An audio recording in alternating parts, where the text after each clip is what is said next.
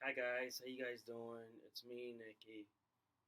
I was asked today on Twitter by a couple of friends to do a couple of videos and or video about what it means to be born with an intersex condition and what it means to have Kallmann syndrome. As for me, I am one of the few people who is verifiably diagnosed with Kallmann syndrome by two places, which is the Massachusetts General Hospital's Reproductive Endocrinology Unit in Boston, Massachusetts, and the other one is at the National Institutes of Health in Bethesda, Maryland. So, as you can see, I've been verified by two places to be intersex and to have Kallmann syndrome.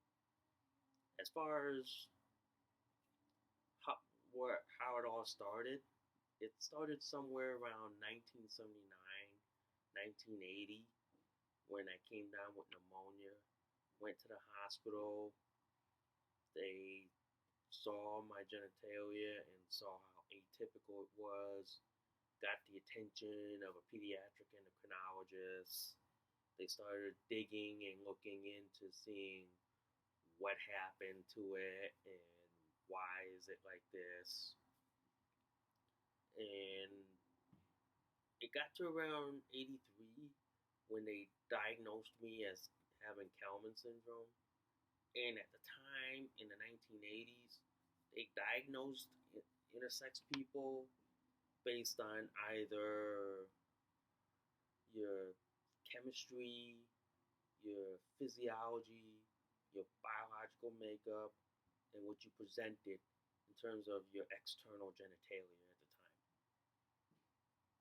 So back then, I was diagnosed under those four criteria. And as I got to 1984, that's when I did the surgery. At the time in 1984, there was an argument between my pediatric endocrinologist and the urologist who wanted to go through with the full SRS surgery because his opinion was that because of my small penis size, which is at the time a micro penis, he felt that I was not going to have a full reproductive life. So he said, why bear the expense? Back then, my pediatric endocrinologist, she was smart, and most of my endocrinologists have been women. A few times I had a few men have all fought and said, hell no, not going to happen. So they didn't go through with that, and the only way that they were going to go through with it is if they did a test to figure if I was going to be able to tolerate testosterone or not. Didn't know what the results were, but I guess that urologist took that to his grave. Although the pediatric endocrinologist that's still alive, she won't divulge what that meeting, what the results of the meeting were. So as far as from that, I was on a regime of taking testosterone replacement. At the time, testosterone replacement was on nothing but like a liquid form that had to be refrigerated, and I had to go every 2 weeks to the doctor's office and to get a shot in either three places: the butt, the thigh, or the arm. And it was painful at first, but then after a while you get used to it. So that's why when I go get needle drawn, I'm like, it's nothing. By the time I turn around, I go like this. Damn, you're done already? I don't flinch anymore. I mean, an 18 gauge needle, which is about estimated this big, doesn't scare me anymore. I seen needles this big that would make a grown man cry like a 2-year-old. Me, it's like, just knock me out. By the time you knock me out like that, I won't notice it. So I was diagnosed with Kallmann syndrome as far back as 84. So at the extent of technology back then in the 80s, it was mostly like chemistry, physiology, biology, and your presentation, what you have on you. Didn't get my confirmed diagnosis until 1999 when I went to the Massachusetts General Hospital's reproductive endocrinology lab in Boston, Massachusetts. And that's when one of the doctors that I'm friends with, her name is Dr. Stephanie Seminara, she diagnosed me as Kallmann syndrome with the Cal1 variation and confirmed what the pediatric endocrinologist diagnosed me in 1984. So I was confirmed there. And then from then on, they started doing like protocols, what treatment I should be on, and what to do in case if I want to have kids someday down the road. So I was still on my treatment, and then at the same time, every so often, about 5 years, I get a bone density exam just to make sure my bones are doing okay, that nothing's happening, there's no changes in the physiology, there's no changes in the biology. But in between those times, I was often like treated like one of the girls because I knew because basically like this, a lot of people knew that I would never meet the male standard no matter how hard you try. No matter how hard you impose the male gender, the male stereotype, the male behavior, it's not gonna happen. And it's like I had a social worker who put me as one of the girls because it was a safer place. It was a safer area that I would not be pressured into anything. I was just like, just grow up, be a normal person, and we're not going to force sex, gender identity, or whatever onto me. So, for most of my childhood, I grew up looking like a boy, but just acting like a normal person. I didn't even I didn't even like fit the male norms, the male stereotype, or the male biology. I didn't fit all those. So as far as growing up, I grew up like just a normal person, albeit with a disability and albeit with a medical condition. And part of Kallmann syndrome that I have is that I have ambiguous genitalia, I have a micro penis, I cannot smell jack shit, and at the same time, I have breast development, which is what they call gynecomastia. My version of Kallmann syndrome, and there are 7 versions of it, I have what they call the Cal1 variation, or is what they call the classic Kallmann syndrome, which means I have all the classic features that you can list for Kallmann syndrome. I have them. So I'm one of the very rarest people. On top of that, what makes me rare is that I also have vitiligo, which is what I call Michael Jackson's disease because Michael Jackson had vitiligo as well.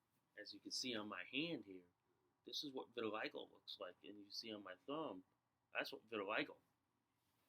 So there is some people that say there is a correlation to Kallmann syndrome and vitiligo, but they can never pin it down. Some say my vitiligo is because of my autoimmune disease, but they don't know it, and I have dermatologists and endocrinologists who are looking into all that, and they're trying to pin it down for me. But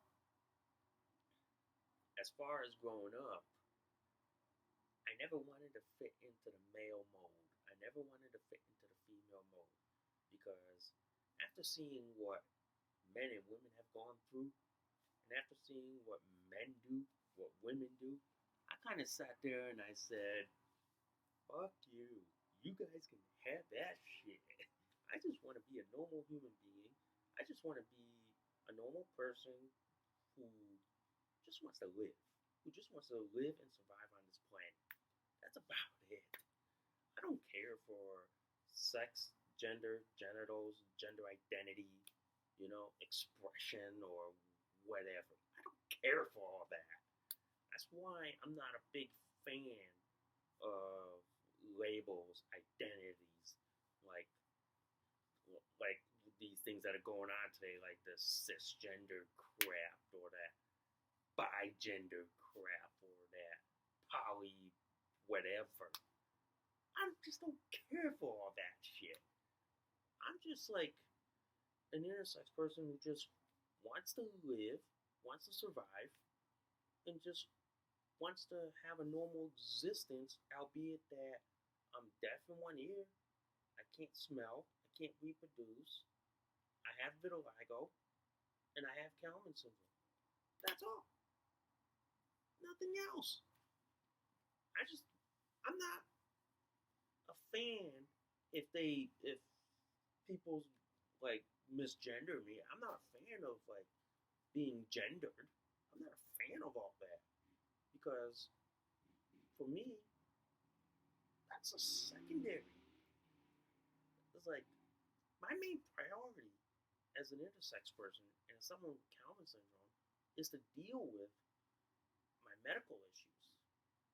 The fact that I have Kallmann syndrome, the fact that I have vitiligo, the fact that I can't smell, the fact that I can't hear, the fact that I look like 10, 15 younger than my age. I'm 41 years old.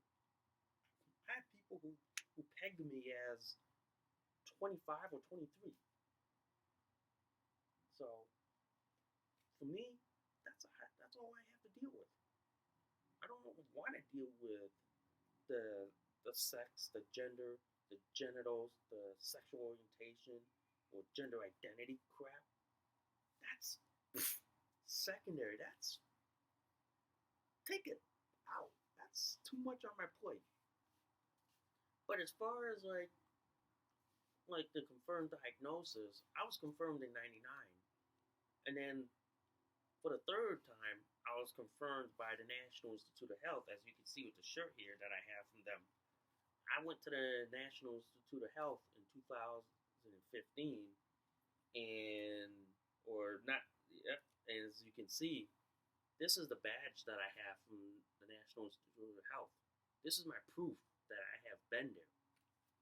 So I'm one of the few intersex people with Kallmann syndrome who is verified by the United States government, and they actually have my DNA on file at NIH in Bethesda, Maryland.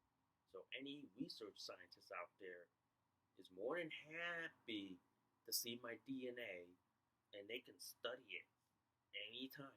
It's on file. So I'm one of the few with Kallmann syndrome and who's an intersex person who is verified by these people.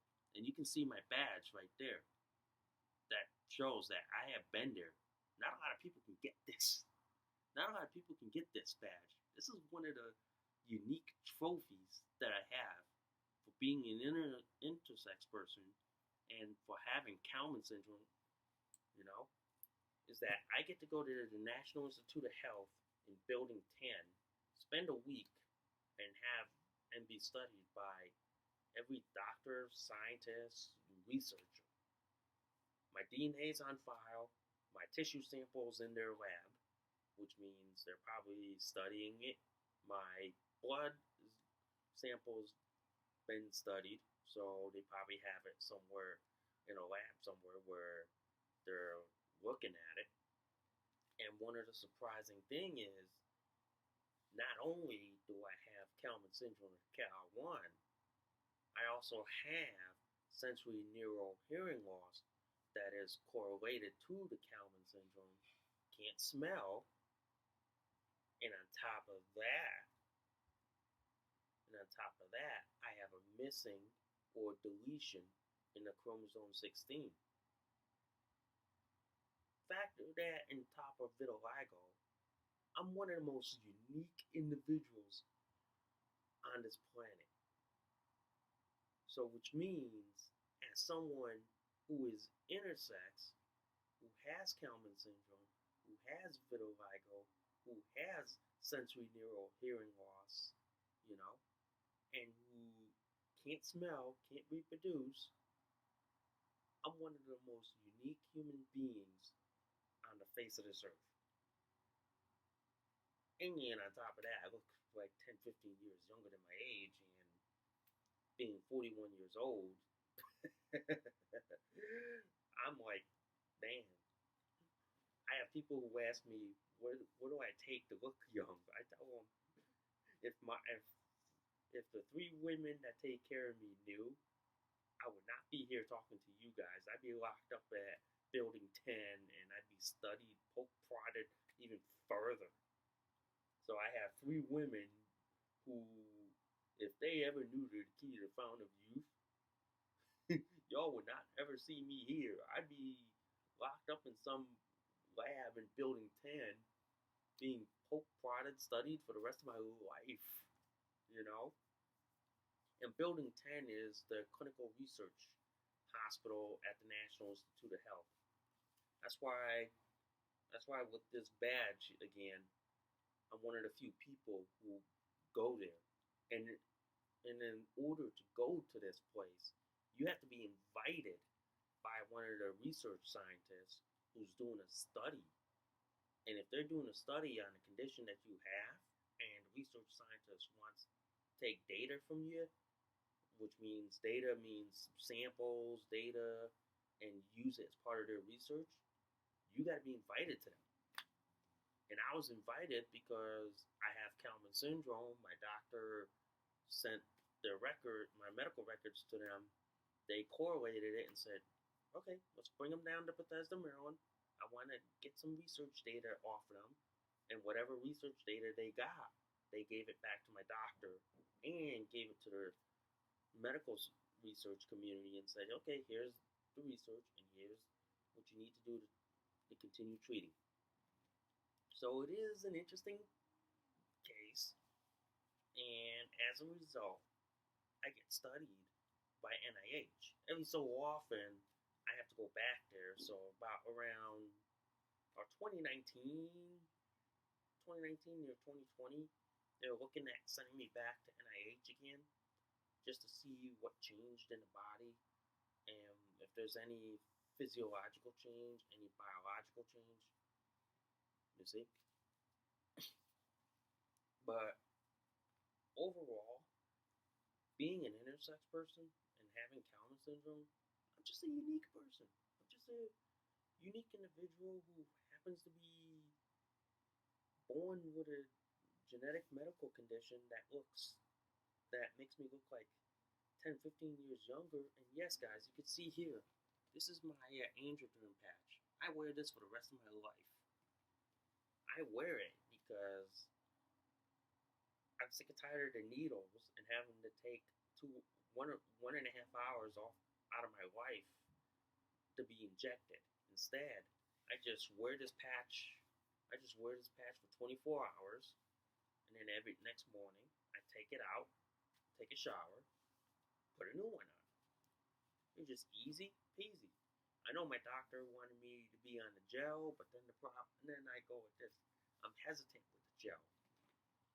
But as far as like sex, gender, genitals, and gender identity and sexual orientation, those things are never put upon me because those would stress me out.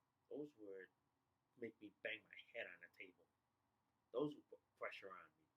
And that's something that my endocrinologist, my primary care doctors do not want to do. And also my dermatologists do not want to do.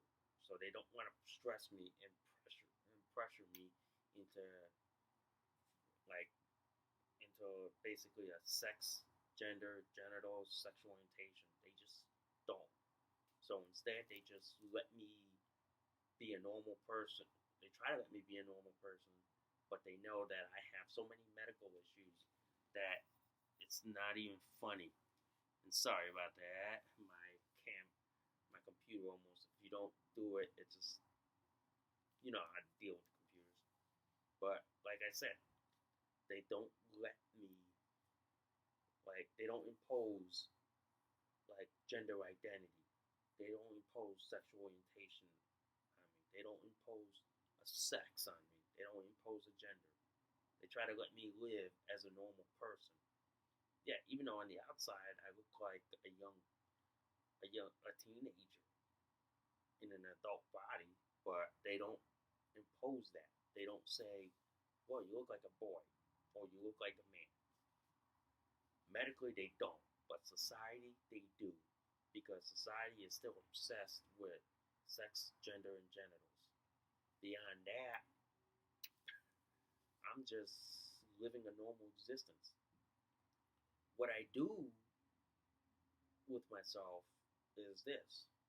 I graduated college. I'm one of the few intersex people and one of the few people with Kallmann syndrome who graduated college. I graduated from Eastern Connecticut State University in Willimantic, Connecticut in May 17, 2016 with a Bachelor of Arts in History and Social Science with a double minor in Asian Studies and Public Health. I graduated in 20 scratch that date. I graduated that in May 20, 2016. So I graduated on my 40th birthday, which was kind of neat because I was one of the few people, I was one of the few intersex people and a few disabled people to graduate. So it was kind of unique and kind of cool. And it was also cool that for someone who, at the time of graduation, I was 40 years old, I didn't look like a 40-year-old. Everybody thought I was like 23 or 25 graduating college. And when people found out how old I was, they were like, holy shit. So that's why that made me unique in college that I graduated college at 40 years old. As an intersex person and as someone with Kallmann syndrome, I was featured in the New Yorker magazine in 2015, in September 2015, on what it means to be an intersex nudist. And the article is still online, so if y'all want to take a look at it, I will link it in the description below, and you can see what it means to be an intersex person. And I talk about like my story, my history, what it means to be an intersex person. And what makes me unique as well, guys, I am one of the few intersex people who is serving in the United States Coast Guard. I served the United States Coast Guard as an auxiliary member, which is a volunteer side of the United States Coast Guard. So I am one of the few intersex people in the United States military and serving in the United States Coast Guard as an auxiliary member. What I do in the United States Coast Guard is I'm a vessel examiner, and my other role is I'm also a diversity officer, which means I help make sure that the Commandant's diversity message and the Commandant's diversity mission is enforced, which means I make sure that we're getting people that are diverse, that are inclusive, and that everybody has a shot and everybody has a chance to contribute to the defense of the nation. So I make sure that's well enforced and everybody's getting a chance. So I'm one of the unique intersex people who serve in the military. Not a lot of people know about that. Not a lot of people see that. And I tell people that's what makes me one of the most unique and interesting intersex people, is that I'm one of the few who serve in the military and one of the few who've been on deployments and who've trained with the active and reserve side of the United States Coast Guard. So I get to do all the fun stuff as an intersex person. And on top of that, yes, I'm a nudist too. What nudism has done to me as an intersex person is that I don't have to be ashamed of what I have. I don't have to I don't have to have all these surgeries, all these chemicals pumped into my body. Well, except for testosterone, which helps me live and helps me get that male energy. But I don't have to modify my body just to fit a stereotype. I could be comfortable with what I have. And nudism helped me be comfortable with my ambiguous genitalia, my micro penis, my longer arm span, you know? It helped me be comfortable with what I have. And it helped me accept the fact that, yes, I'm going to have this one intersex body and I have to deal with it. Surgery ain't going to change it, you know? Surgery pumping unnecessary chemicals, unnecessary this and this and this is not going to change it. So you learn to deal with it and you learn to accept it. And that's why being a nudist helped me accept being an intersex person who has Kallmann syndrome. And it also helped me accept having vitiligo because it showed that we're all unique. We're all unique individuals who has a role, a place, and a mission on this planet. We're all unique. And that's why being a nudist helps you understand and helps you accept the human body for what it is. And in my case, it helped me accept my intersex body. It's 6 o'clock. Yep, it's 6 o'clock. So it helped me accept what it means to be an intersex person. So which is great. And what I liked about it was that I didn't have to be pressured by society to conform to the male or female standard. I was never pressured to being a man or being a woman. Never. So being a nudist helped me be an individual, helped me be a normal person, helped me say that your intersex body is your intersex body. It's unique in everyone else, and it's gonna be that way no matter from birth to death. Nothing you can do to change it. So you gotta learn to. I learned to accept it. I learned to deal with it. I learned to be comfortable with it. And in fact, when I go to a lot of nudist resorts, I'm totally normal. I'm totally cool. Because you know why? I don't have to be pressured to look like a normal girl, look like a normal woman, or look like a normal man. I don't have to be pressured. And that was the biggest pressure relief for me, was that being a nudist, going to nudist resorts, helped me realize that I don't have to do all the trans crap. I could just be happy with what I have, be comfortable with what I have, and just be me.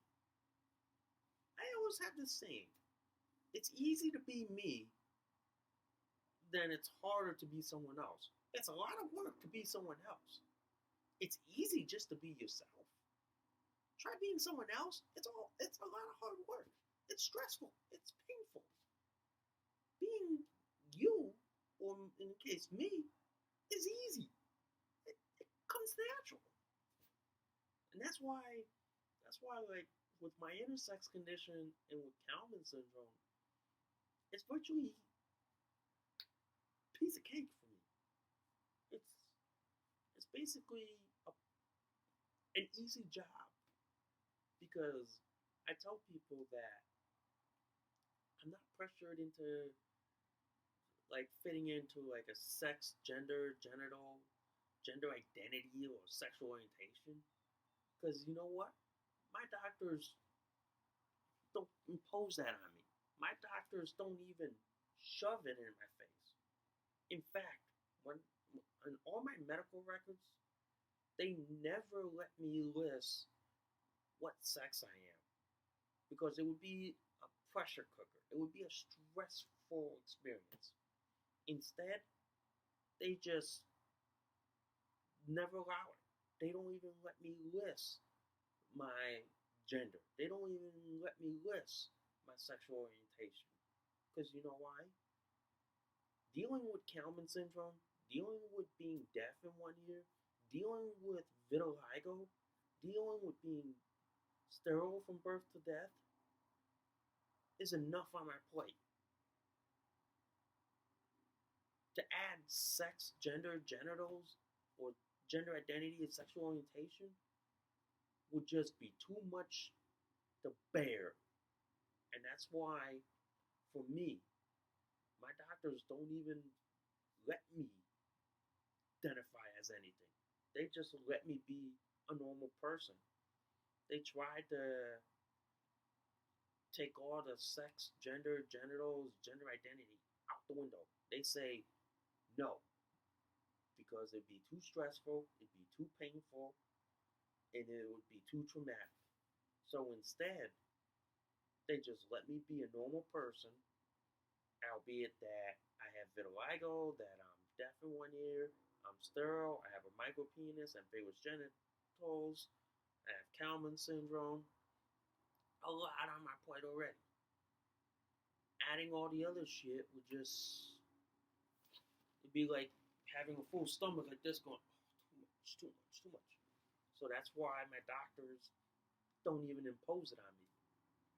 I know society tries, but medical science will put their damn foot down and say, fuck off. And my endocrinologists, my dermatologists have done a lot of good work making sure that sex, gender, genitals don't come into play, and which is a good thing.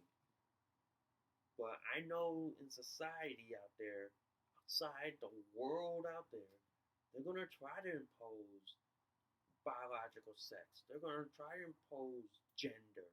They're gonna try to impose sexual orientation, gender identity, and all this pronoun shit. But you know what?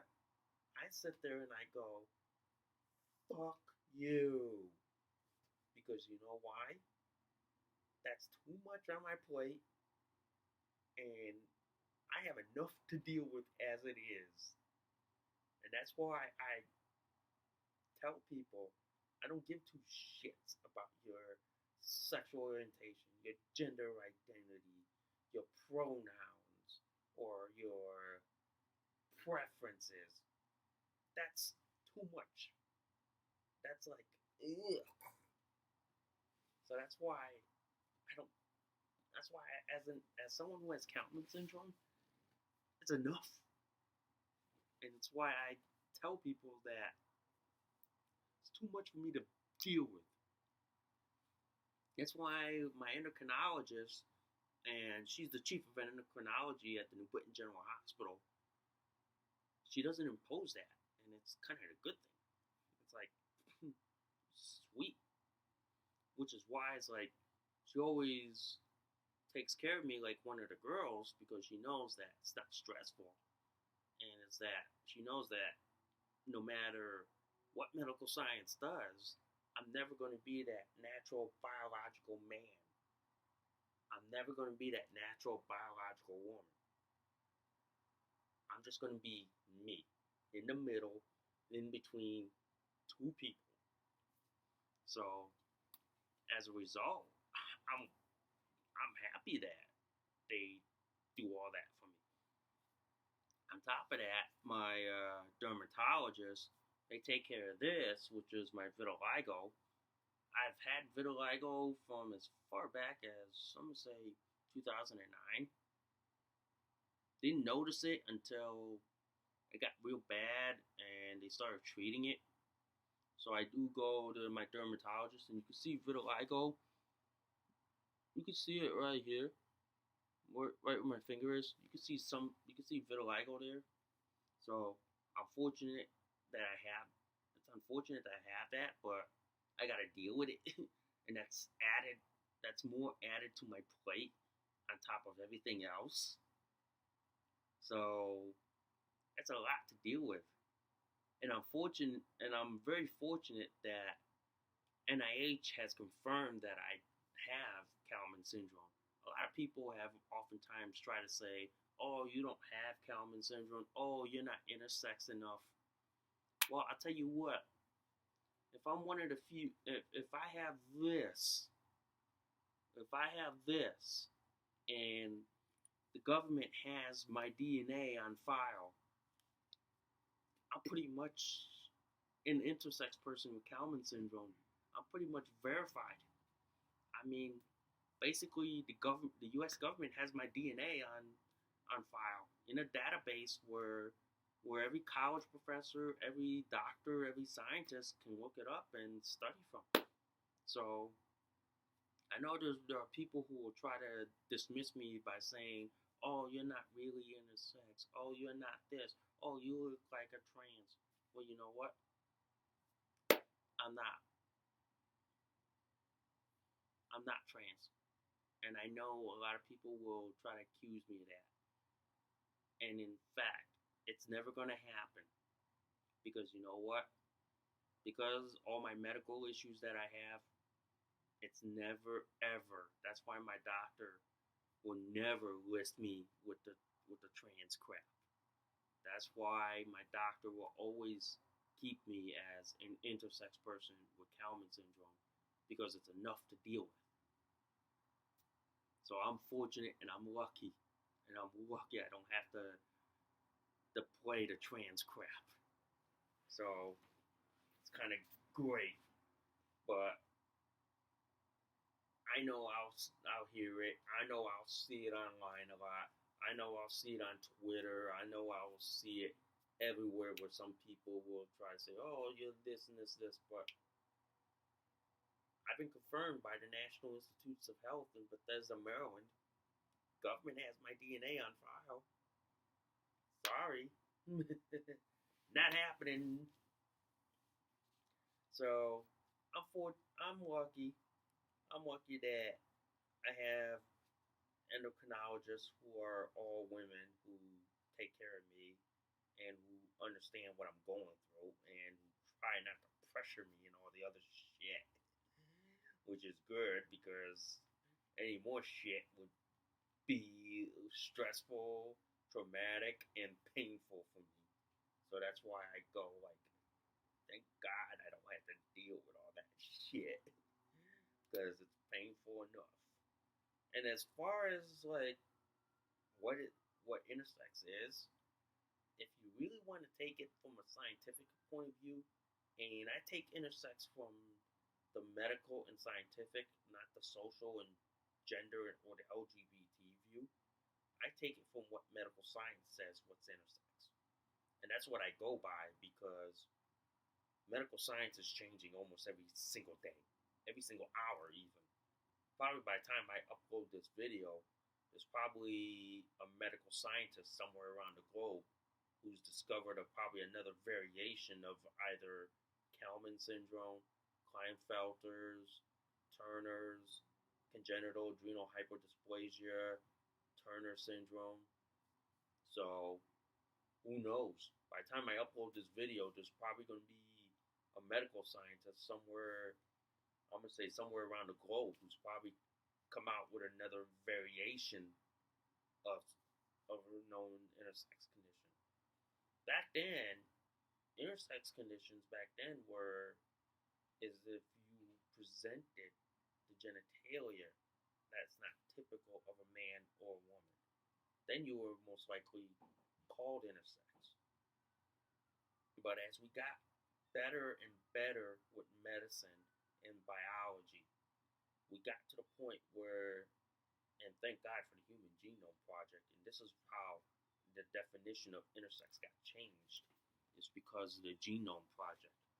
Once the Human Genome Project kicked off, and we started looking at, oh, you have this and this and this and this, and based on the genetics, you have this and this and this. That's how we started diagnosing more conditions as intersex. Back then, and prior to the Human Genome Project, intersex was based mostly on physical presentation. That was if you had ambiguous genitalia or micropenis. That could have, at most likely, listed you as an intersex person.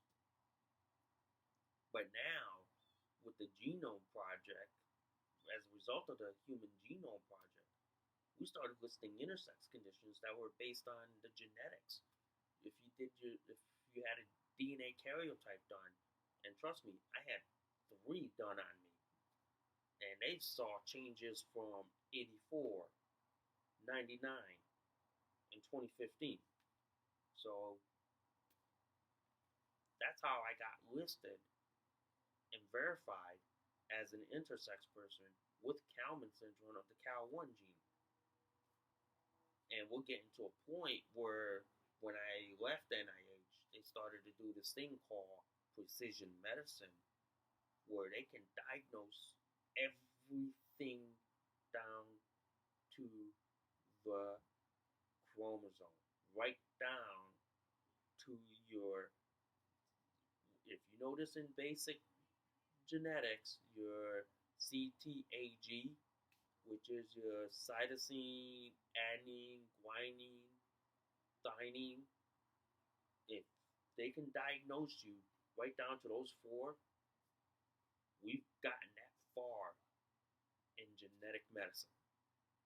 So that's why we're gonna get to a point in modern medicine and modern science that we're gonna be able to diagnose intersex people based off the chromosome, and within that chromosome, we're gonna be able to base off what you have. So we're getting to that point. And as far as what's considered intersex right now, based on the known science that's out there currently in 2017, Kallmann syndrome is considered intersex. Klinefelter's, Turner syndrome, congenital adrenal hyperdysplasia, and androgen insensitivity syndrome.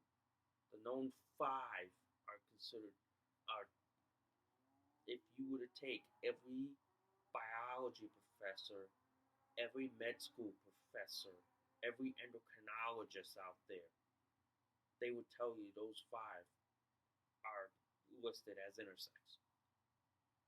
Now, in society, that may be a totally different ballgame, but in terms of biologists, med school professors, research scientists, and endocrinologists, those 5 are technically considered intersex, and that's because with the new medical science and the new medical technology that's out there, and the new DNA science that's out there. Now, I know a lot of people will say, oh no, Turner's is not intersex, oh, CAH is not intersex, Klinefelter's is not intersex, or Kallmann's is not intersex. But you know what? They don't look at it from the point of view of a biology professor, a med school professor, a research scientist, or an endocrinologist. They don't look at that. They look at it from their own view, their own personal opinion. They just don't look at it from the medical and scientific point of view. Because that's where I take whatever the science says and goes with it. Because you can argue with science all you want. And that's what it is. Every argument leads to another hypothesis, that leads to another theory, that leads to research, that leads to writing a paper that gets debated by God knows what professor from, say, Oxford or Oxford University or some university in Shanghai. That gets debated like daily basis. And that's where research comes into play. That says, okay, let's take that debate, let's research it and see if you're right. If you're right, publish a paper. And that's why like in the Chicago conference in 2005, where you had the top intersex organizations from OII, ISNA, and then you had the top experts of the intersex community looking at all this new data and all this new science that's come out and say, wow, the conditions that would normally not be called intersex prior are now being called intersex because of the new science and the new data that's coming in. And that's the one thing a lot of people don't understand is that as an intersex person and as someone with Kallmann syndrome, I keep up with the medical science. I keep up with the research. That's why every day I get RSS feeds from PubMed that has anything to do with Kallmann syndrome because I want to know if there's a new treatment or if there's a new diagnosis or if a doctor found a new patient with Kallmann syndrome. I want to know because you know why? I want to be able to correlate that with my endocrinologist and say, what is this doctor doing that we're not doing? Or if they're doing something a little different, we want to know. So that way, the research goes up and down. But in any case, as far as the intersex community is concerned, our issues are far different than the transgender community or the LGBT community. Whereas the intersex community, we're just concerned about getting medical treatment. We're just concerned about being treated, diagnosed, and being taken care of. Because we got medical issues, and there's some. I tell people this. There are some things in each of the intersex conditions that can literally kill us in later in life. There are some intersex conditions. There are some parts of Kallmann syndrome that, if not taken care of properly, I could be sitting in a nursing home for the rest of my life. I'll give you an example. Osteoporosis. If I'm not on testosterone treatment, and being an Asian American, Laotian American, I could be at triple the risk. I could be at the highest risk for osteoporosis. That's why they take care, the way my endocrinologist takes care of me, they monitor my vitamin D issues. They make sure I'm eating enough foods with vitamin D. And they're making sure that my testosterone levels is stable enough that it keeps my bones healthy. Because as I get older and older, the risk goes up and up and up. So that's why I'm 41 right now.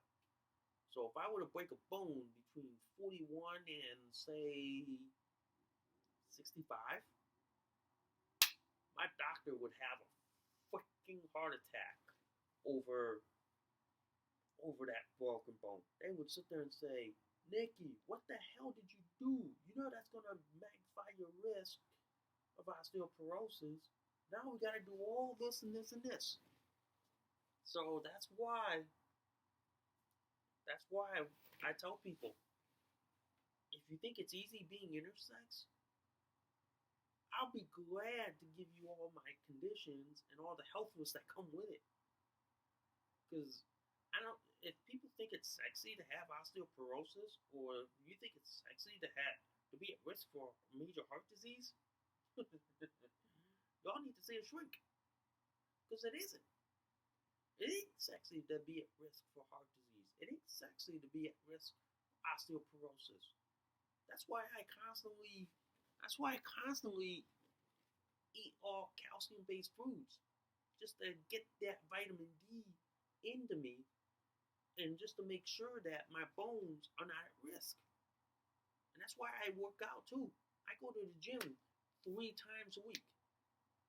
And as an intersex person, and as someone with Kallmann syndrome, the YMCA I go to, I'm oftentimes allowed to change in the women's locker room.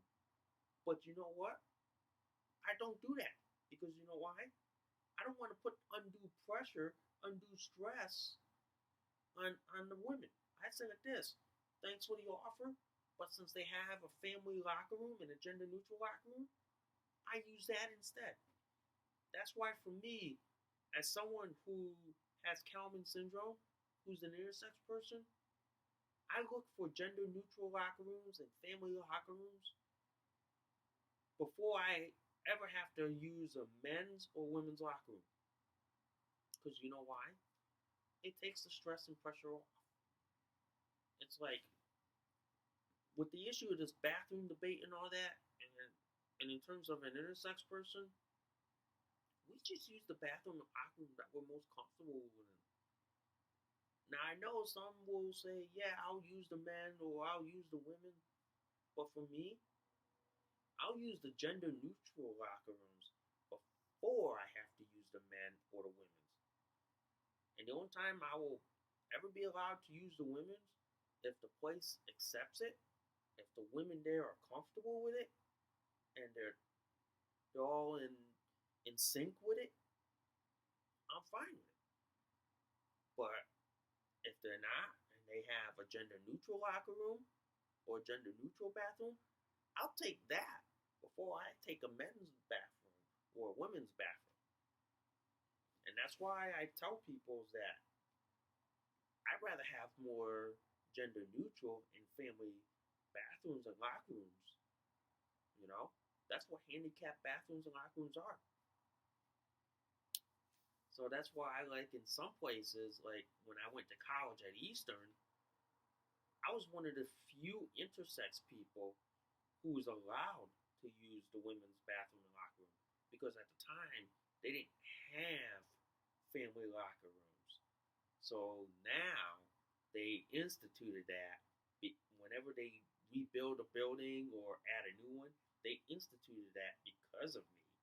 So a lot of intersex people now, or a lot of gender queer or LGBT people who go to Eastern now will be thanking me because I was the one instituting that.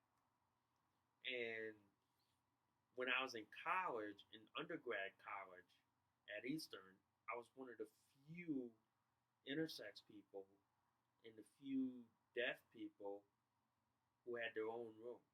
Basically, who had their own apartment. I was privileged enough because the medical doctor at the school did not want to did not want me stressed out, did not want me banging on my head on a wall. So instead, they put it into. Excuse me, guys. Hello?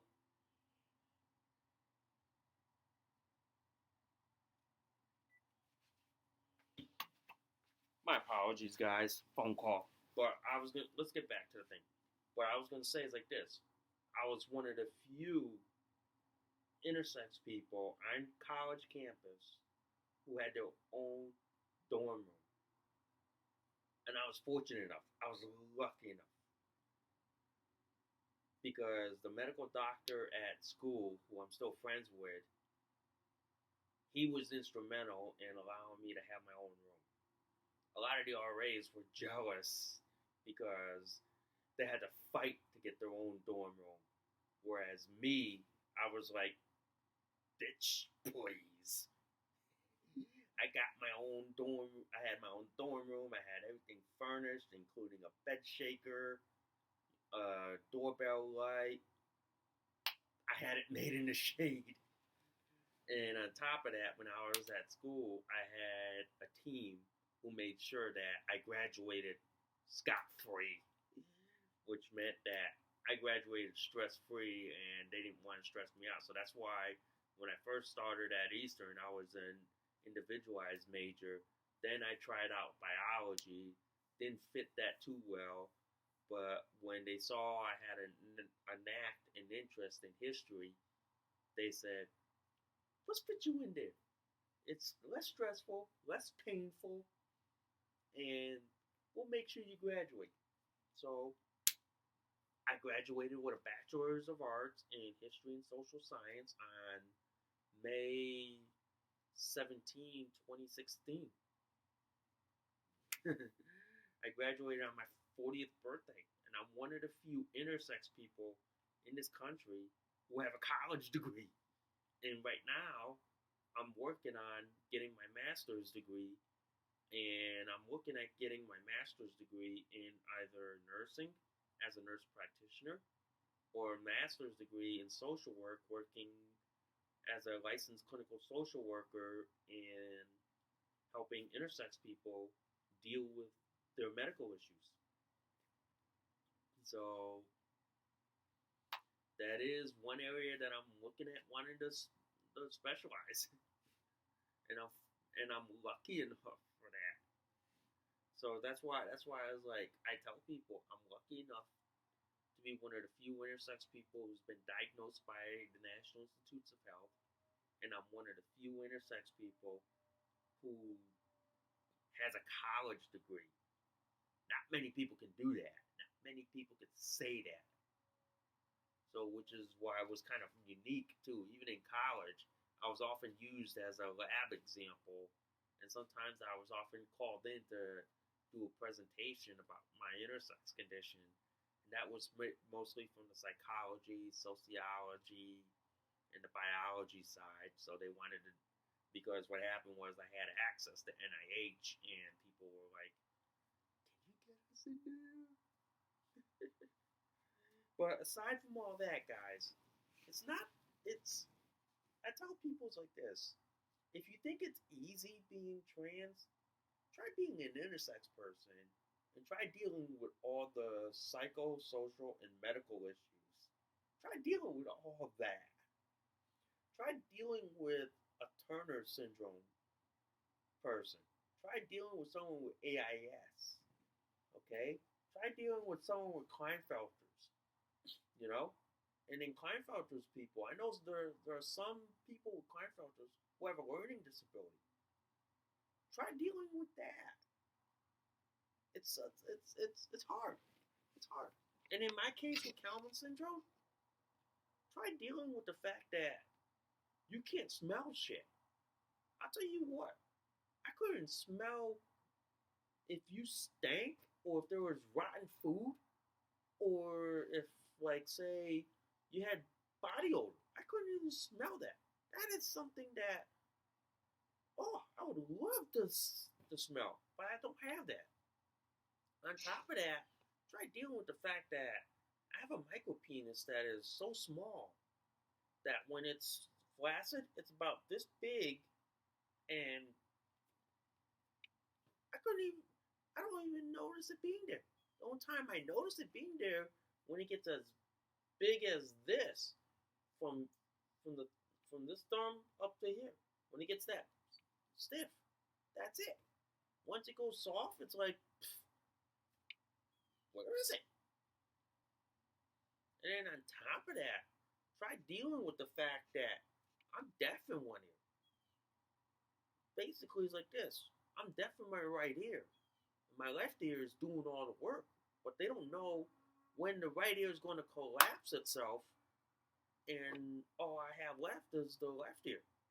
And the left ear is starting to go down too, but they don't know when I'm going to completely go down. So that's a ticking time bomb in itself too. So I tell a lot of these people in the trans and the LGBT community, if you think it's easy being intersex, I'll be glad to give you all my medical issues. I'll be glad to give you the vitiligo here. I'll be glad to give you the vitiligo. I'll be glad to give you the lack of smell. I'll be glad to give you the ambiguous genitalia.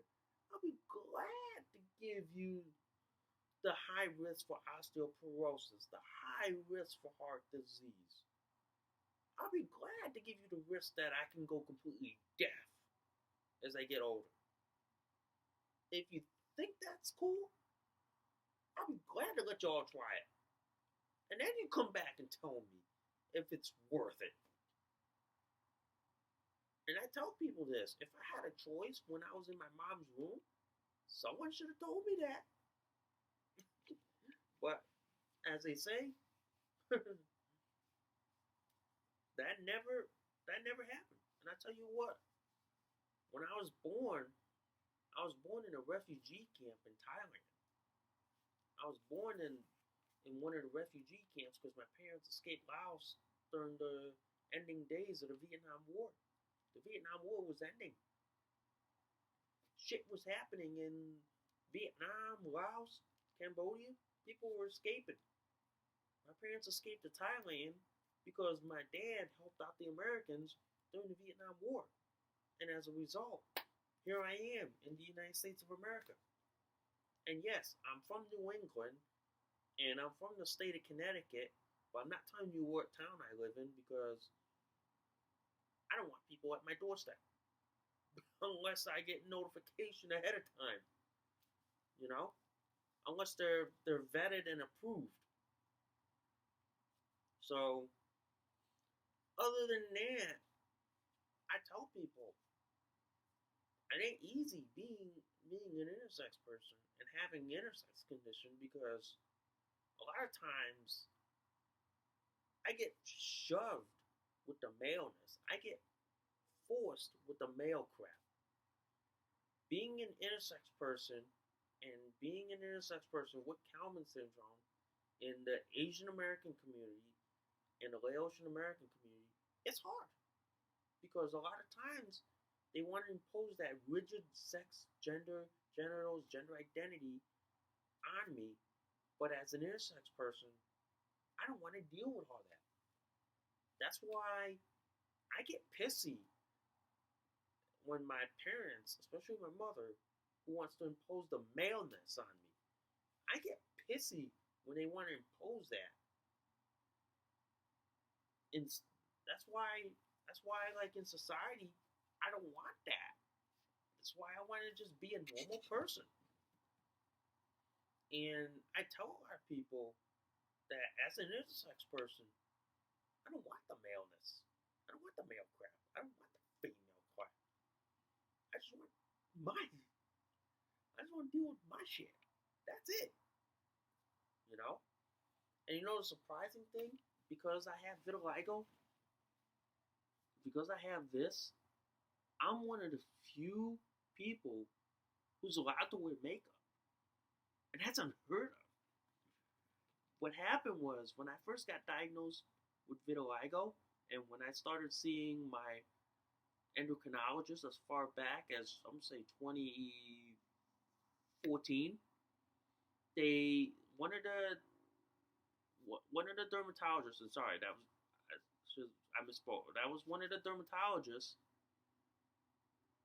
who authorized me to wear makeup.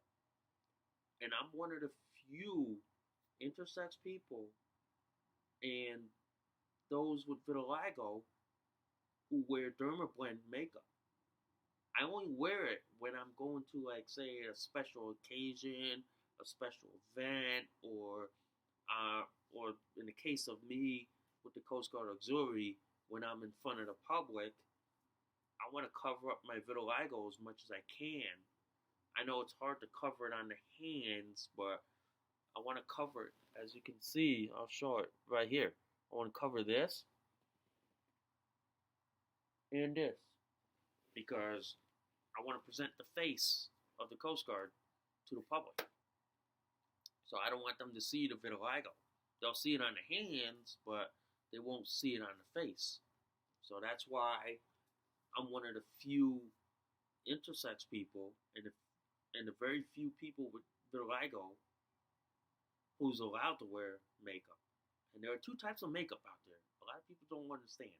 Everybody think there's fashion makeup, but the other makeup is called medical makeup. It's the makeup that dermatologists make that is specifically designed for medical reasons, such as if you had a scar, or such as if you have vitiligo, or you got bruising that's difficult to heal, but you want to cover it up so people don't see it. Only the doctor knows you have it. So, like that.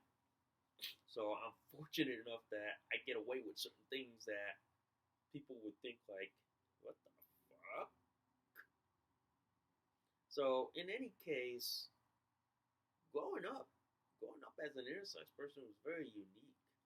I mean, a few times I had, like, I'm gonna say basically during like 8th grade to say like from 8th grade, 12th grade, about almost to like 96, or I must say 98, where I had like some psychiatrists and some psychologists who mistakenly diagnosed my Kallmann syndrome as being a psychiatric illness. And then he wanted to do this experimentation of put me on some psych drug, which did a number on my body. As a result, my endocrinologist finally put his foot down and said to the psychologist and psychiatrist, fuck you, you're not doing that to Nikki ever again. If I ever catch you doing that, I'm putting you up on the medical board. So after that, they stopped. And any medication that, and this is a new protocol for me, especially for me, any new medication they want to introduce, it has to be approved by not only the my primary care doctor, but also my endocrinologist and also my dermatologist, because they want to make sure it's not going to hinder a lot of things. And then on top of that, any new medication has to be like approved, and basically there has to be a record that gets sent to NIH. So when they do like checkups on me, they want to make sure the medications aren't interfering with my genetic condition. They want to make sure that it's not going to alter the DNA. It's not going to alter this or this or this. So it is unique and it is interesting. And as far as the testosterone patch, this is an androderm patch. I take this once a day, 24 hours. So by the time I wake up tomorrow morning, I'm probably taking this off, taking a shower.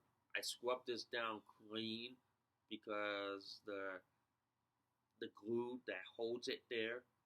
So I want to get rid of it as much as possible. I air it out. I give it about, I'm going to say an hour and a half, just to air it out, let it dry out completely. Then I put the patch on, and then I have testosterone for at least 24 hours.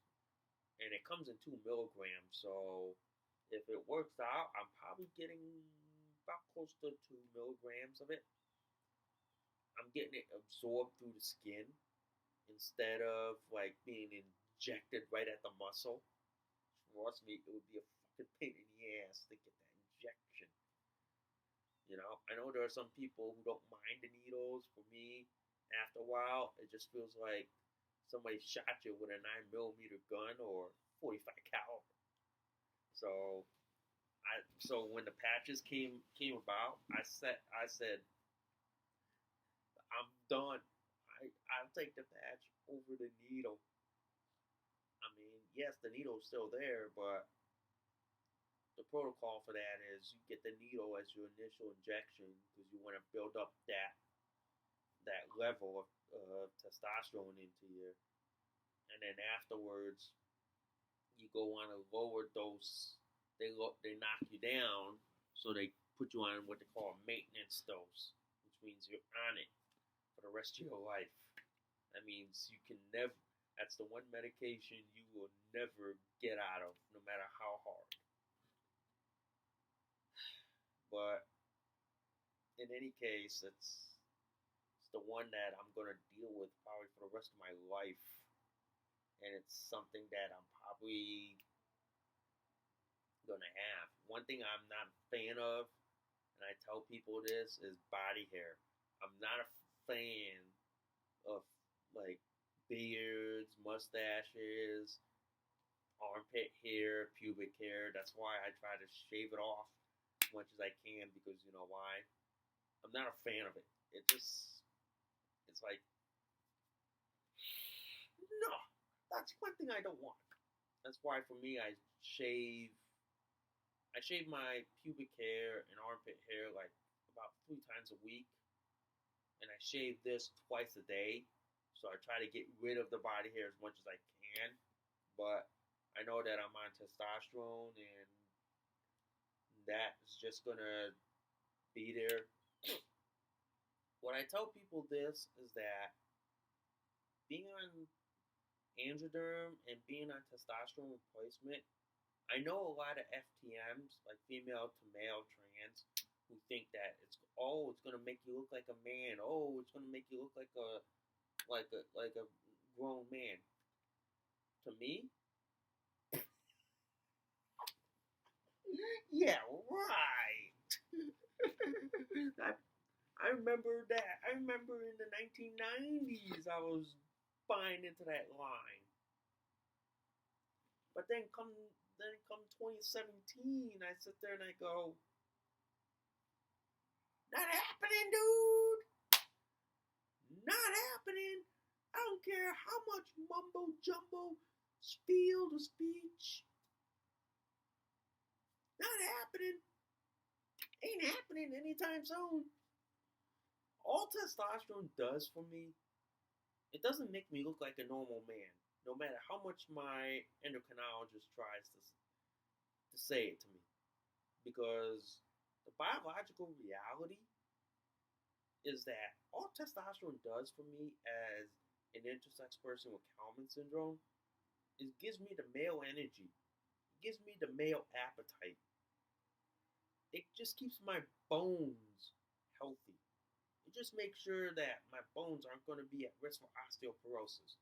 It just makes sure that I have strong bones. That's all. It's not going to make me look like a normal man. It's not going to give me the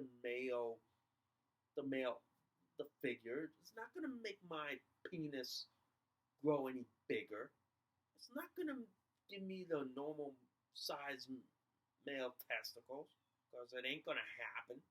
Because I tell you what, my testicles are so damn small, you'd have to be a real good endocrinologist to find it. And I can tell you, there are some good endocrinologists who can find mines. Whereas if they're I'm gonna say a third year or second year resident, good luck. You're gonna be in school for a while before the endocrinologist lets you. But as far as everything else, it's like I'm glad I don't have to be this and this. And I sit there and I go like this. I don't care if they call me one of the girls or call me one of the guys. Don't bother me. I go with this. Whatever. Don't bother me because I don't care. I'm just trying to thrive, survive, and exist with all the medical shit that I'm bored with. I'm just trying to exist. That's all. I'm just trying to like live through this planet and just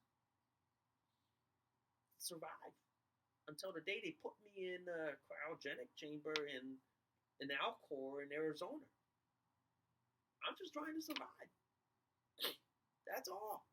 Because I have enough to deal with, and that's why I tell people that being an intersex person and having Kallmann syndrome and having all these other medical issues on top of it, such as being sterile, being deaf in one ear, having a micropenis, ambiguous genitalia, having like breast development, and then having vitiligo, that's enough for me to deal with.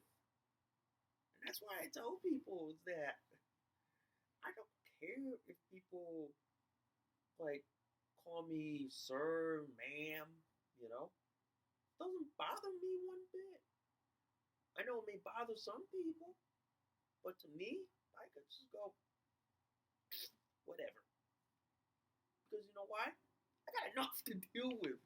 I got so much to deal with from Kallmann syndrome, from this, and this, and this, that don't bother me one fucking bit. So that's why I sit there and I say, don't matter for me. Alright, guys. It's getting like close to 6:50, and I do want to eat dinner. I do want to make dinner for some reason because if not, I'm gonna be shitting bricks. And probably tonight, I'm probably gonna make some pasta. So, hey, thanks for letting me talk to you about what it means to be intersex and what it means to have Kallmann syndrome. I gotta run, but we'll do this again sometime when somebody wants to ask me a question. But anyway, signing off. Bye for now. I, I'll see you later, alligator.